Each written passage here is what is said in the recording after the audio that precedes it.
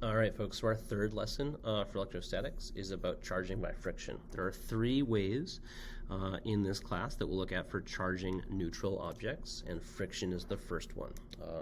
And it's kind of our fundamental one. We end up using it in the lab all the time, and so it's going to be something that happens all the time.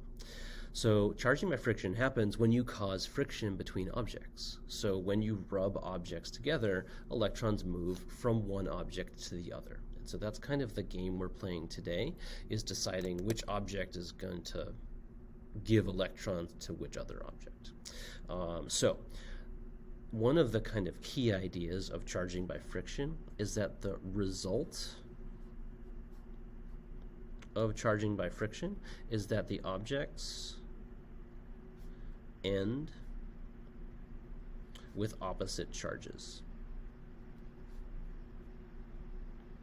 So they are going to actually attract one another after their interaction. And so you've probably experienced this before when you take off a sweater or put on a sweater, take off a jacket in the winter. You can hear the little clicks of static electricity, and then your shirt or jacket is actually sticking to you a little bit because it's attracted to you because you and the jacket have opposite charges. So we need to understand why this electron movement happens and then be able to predict it. So the why has to do with something called the Triboelectric Series. And that is on page 11 of your packet, and you can also just Google Triboelectric Series and see all these different diagrams. But all the diagrams have the same kind of feel to them. And so on page 11, in the middle of the page, is this diagram called the Triboelectric Series. Now this is just one. There are many involving sometimes many more substances, and this one just involves 10 or so. I'm going to have you label yours. So celluloid is at the top. Label it with a negative, and label it highest affinity. Rabbit fur is at the bottom. Label it positive, and label it lowest affinity. This is generally how Triboelectric series are constructed. The affinity part is affinity for electrons. So of all the substances on this list, celluloid has the highest affinity for electrons. What does that mean? It is the most attracted to electrons, and it's also the best equipped at acquiring electrons. That means that rabbit fur has the lowest ability to get electrons, and so it tends to actually lose electrons instead. So most likely to gain electrons all the way down to least likely to gain electrons. And that's how this thing is constructed. So we use this diagram to make some predictions. So we're going to use this to predict the direction of electron movement. The rule that governs the Triboelectric series is the electrons always move to the substance with a greater affinity.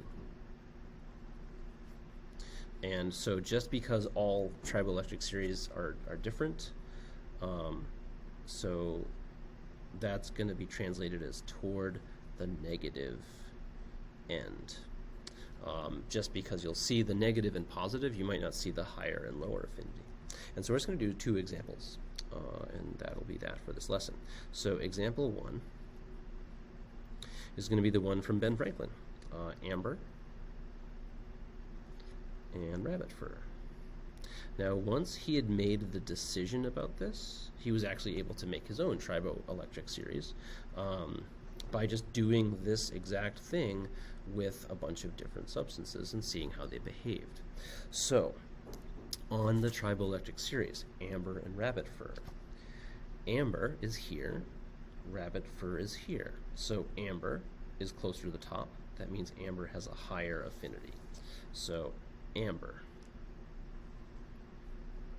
has a higher affinity, or electron affinity.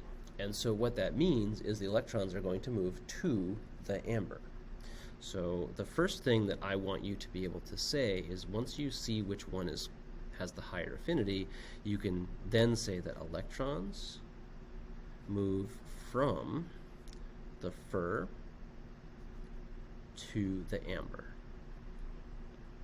So that's kind of the first conclusion that you need to draw, is that because amber is closer to the high affinity end, it's going to be the one to get the electrons. The second thing I want you to be able to do is predict the charge. So let's start with amber.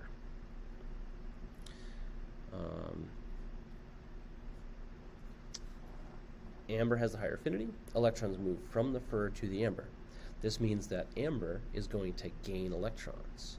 When something gains electrons, because electrons are negative, that object now has a negative charge. So anything that gains electrons becomes negative if it's neutral. So any neutral object that gains electrons becomes negative. On the other hand, the fur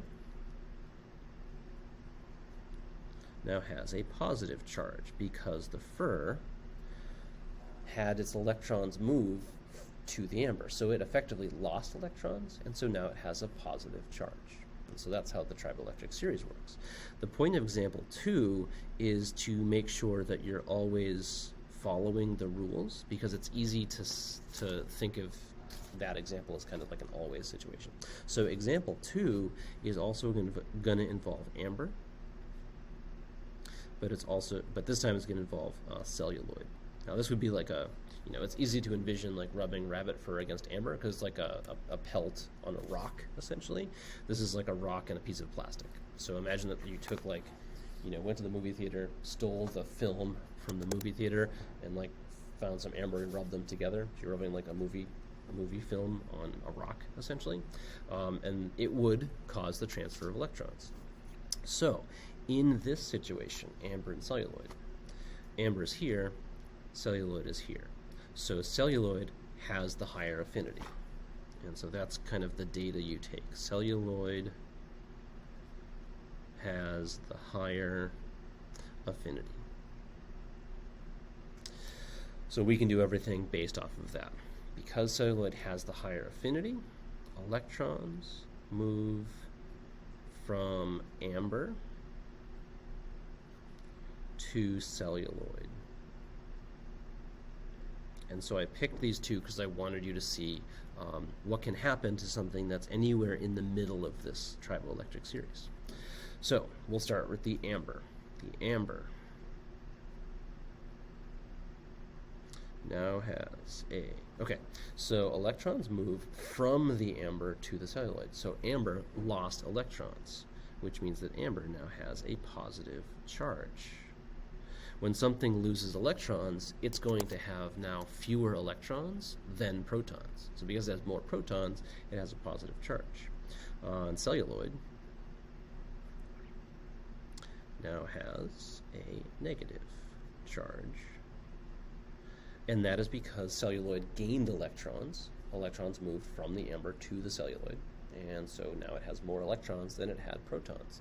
And so the point of these two examples is to say, if you have something that's in the middle of the Triboelectric series, if you rub it with something above, it will lose electrons. But if you rub it with something below, it will gain electrons. And so just the location doesn't determine what's going to happen. It's the relative location between the two substances. So in kind of summary here, you want to be able to use this to predict which way the electrons move, and also the final charge of each object. That's that.